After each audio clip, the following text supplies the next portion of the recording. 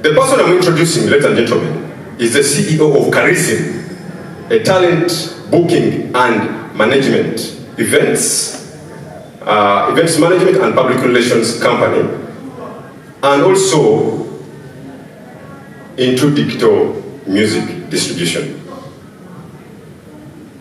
She's the co-founder and manager of Zenson. Art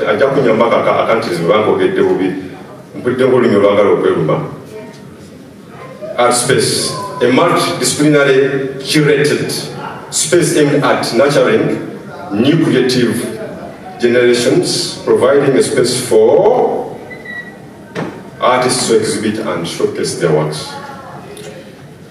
She has a 5-year experience in marketing and sales, public relations and events management, and she has signed quite a number of renowned artists, including Mugabe, Sandra Sui, among many others, under her label.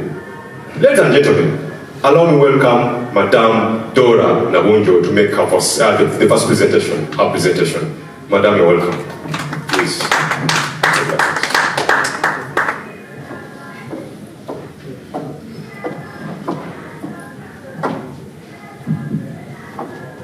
Good evening, ladies and gentlemen. My name is Dorothy Nabunjo.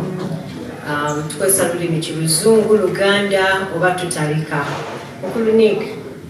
Tukwesa Luganda, Luzungu, tutalika. Tutalike. Nedira mamba, Luganda tabijja kuntawanya. I would like to thank everyone who has made it today, and those who are watching us online, my fellow panelists. It's an honor to be with you. And in regards to the topic, I was asking President when he shared it with me, and I'm like, why this topic? But I'm going to start from, because that the topic is gospel against mainstream and in a basket. Yeah? But music is music. That's my first statement. Whether you are a Christian or not.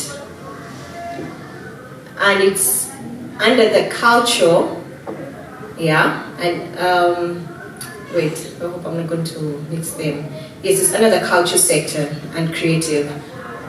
And whether you're a Christian or not, you fall under that.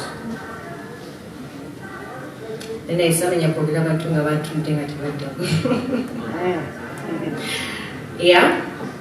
So the first thing is, as gospel music, it's music. The first thing is it's music. The only difference is the content. The copyright laws that govern the mainstream artists are the same laws that govern gospel artists. Yeah? Can we fit in the same basket? I don't know how best to answer that. But I'll say our content differs, but we have the same market. I'll give an example. We all fall in love, even as Christians. And we love to listen to good love music. Yesterday was Valentine's Day. And I believe even Christians celebrated it. I know in church, some churches have told us not to celebrate Valentine's Day. However, we do celebrate it. So that means as a gospel artist, you have the same market as the mainstream artist. Now, what does this mean for you? You are not competing with them. However, you're competing in terms of content for the ear of the same market. I'll give an example. I've been lucky. I work with an artist who have been invited at different events. Whether they are, and you're going to find Christians, our fellow Christians, attending those events. And then when we have the Christian events, they call Christian events, they're not there, they're not paying.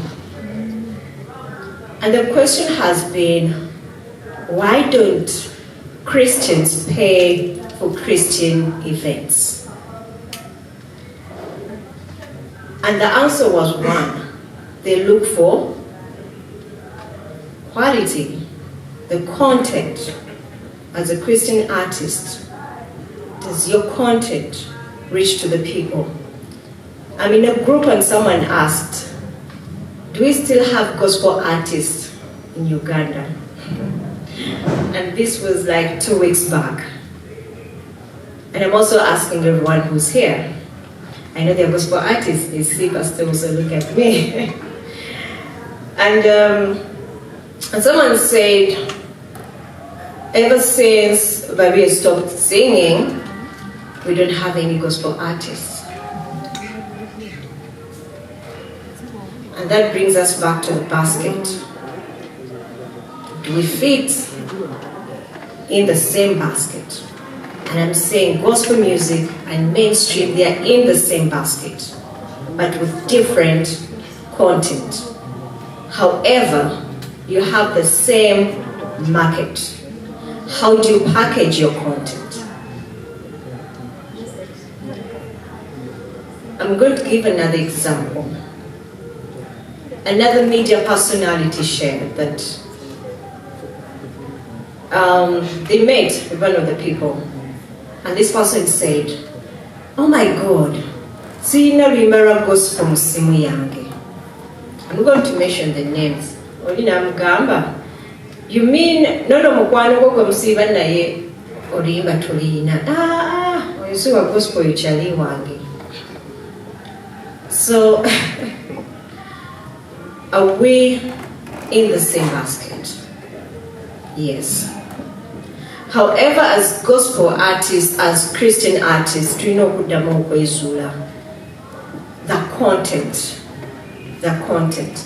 Because when you put your music on the different digital platforms, where the mainstream artists also do put their music, they're going to judge your quality first. Yeah. And then they're going to look at how many numbers do you have. Priest Nick has mentioned that where we come from, our leaders, our spiritual fathers, some don't believe in gospel artists pushing their music as a business. But I'm going to go back to where I started from. Music is under the culture and creative industry. It is a sector.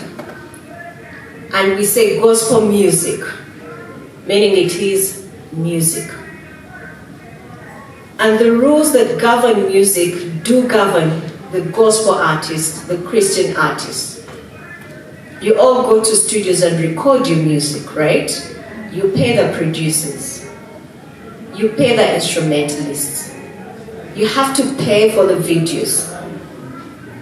And it becomes a business.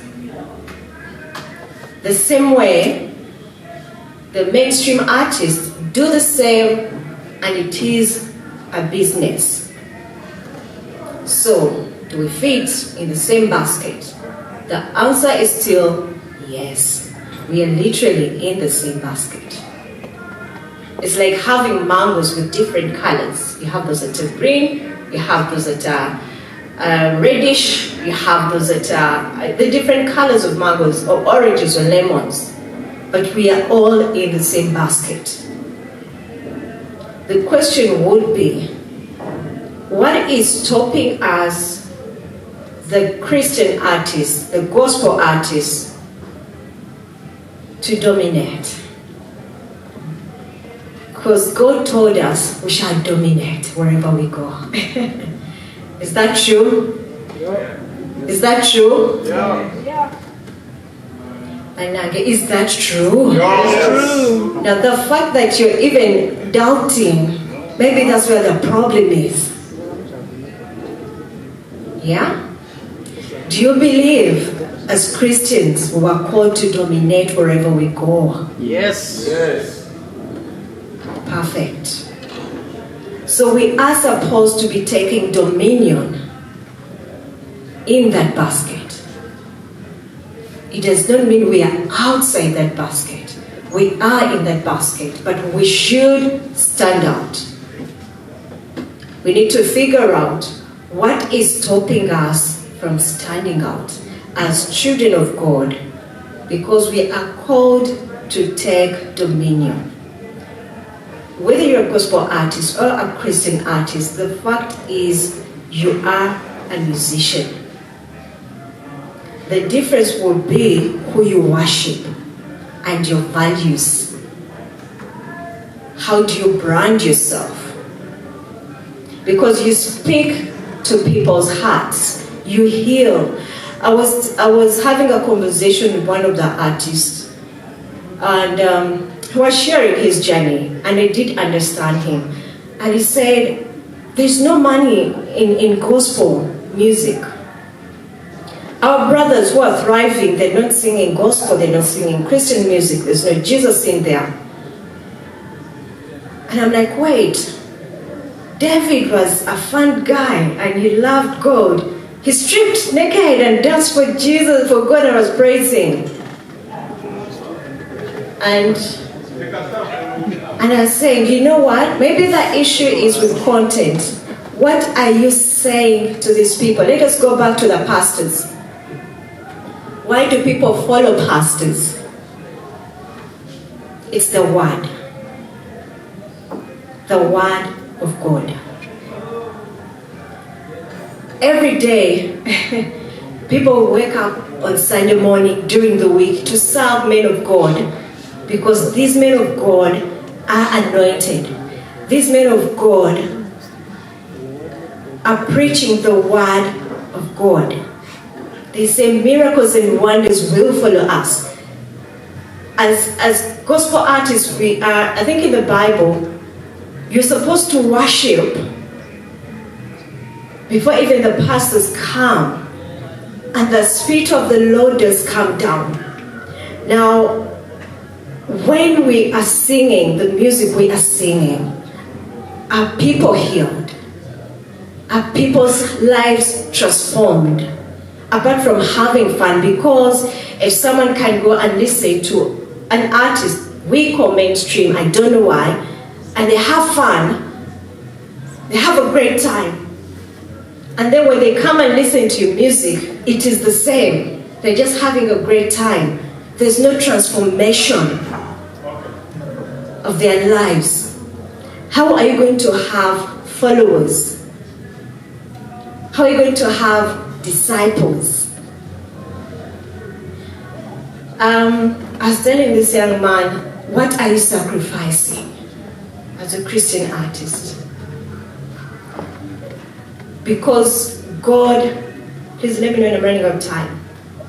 Because we are serving God first. God gave us this gift. And He said, your gift shall open doors for you.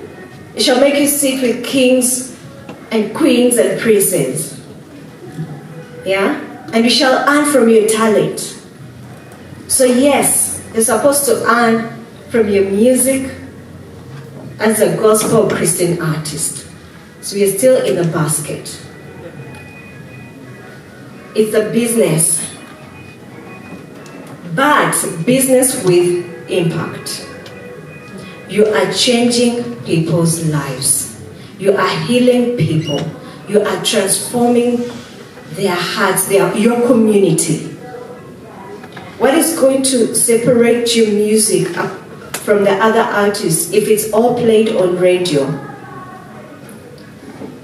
What is going to stand out? Is it the beats? Yeah? Or is it when people actually call and they're like, you see, even if you put your ticket at 100,000, I'll come and watch you perform. I'll come and watch you worship.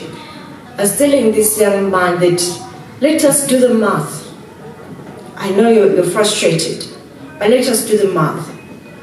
Can you get 100 people to buy your ticket of 50,000? And that's only 5 million, by the way.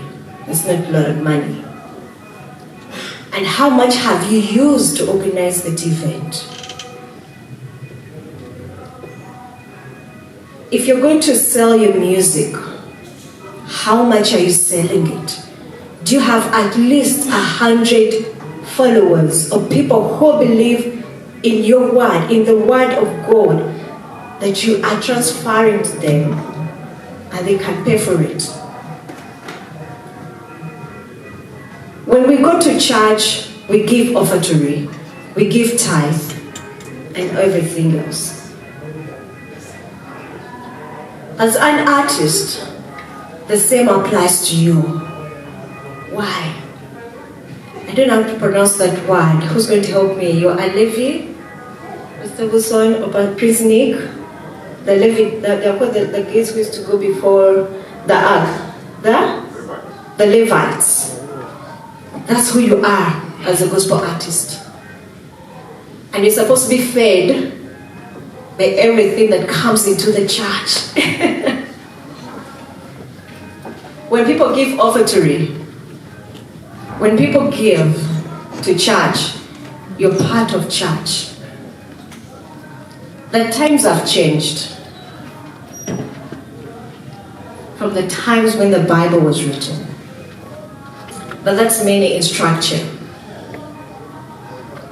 So I do not know who's going to talk to our spiritual fathers and leaders, for them to understand the same way people give offertory, tithe, and I'm winding up, yes, give offertory, tithe, and as well when they have these radio stations, when the people, you have to pay for those ads. The same applies to artists, because they are in the other basket.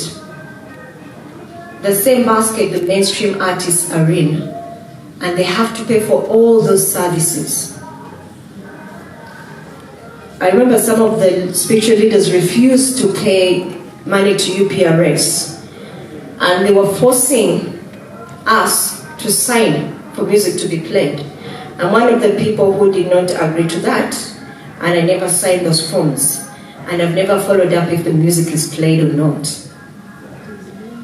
But that is so wrong. As leaders, mu Bible, Yesu bamubuuza nti tuwa omusolo, n'agamba wa Kaisaayo ekyaki ekya Kaisaayo. So one thing I would like the gospel artists to take from this, the people in the mean industry, that if we want to take dominion, era Yesu yatugamba nti mubeere bakalukalu nga ki, bagezigezi ng'abaana b'eki, emisota. So tulina okumanya nti bwe tutakola bintu nga bwe binakolebwa ebitukakatako mu music, ate no bigenda ku affectinga ate ebirala nti yes, the first thing is your spirituality. Olina okuba ng'omedde, olina okuba jjojja amafuta go, naye ate n'ebino ebirala olina okukola ki, birina okukolebwa. Thank you so much. Have a lovely evening. Wow, what a wonderful presentation from Lady Dorothy Nabunjo. Banange, mumukule ku bugalo. Omusime mumwebaza. Waloko wayogedde nekanga eyamba abagospel sagala mukawulire naye nga nti Dawudi yeyamba negamba bana tibagenda kusenyini beyamba nga Dawudi. But it was a beautiful one, comparing the lifestyle of a believer in church and the economy. So, sagala kulwawo mbadde nsaba oba olina ekibuuzo kyonna and you have a compliment kawandiike wansi, tujja kusaba kino abakulu bano bonna bamale okupresentinga, then tuke tukole ki, tubuuze ebibuuzo. I can see the representative from UPRS. We had a moment for you to speak about UPRS Wabado. I will have another opportunity later as we get on. Aliwano. Then, of course, Nebugude Television, Mulengila Wali, the same. later I'll give you the opportunity to come and speak about the television, our sponsor. Thank you very much, Ogude Television and UPRS. This show, this symposium is made possible by NCF, Ogude TV, Planet Women, FKAU, UPRS, HOT, and Yo TV. Yo TV, are we here? They also have that opportunity.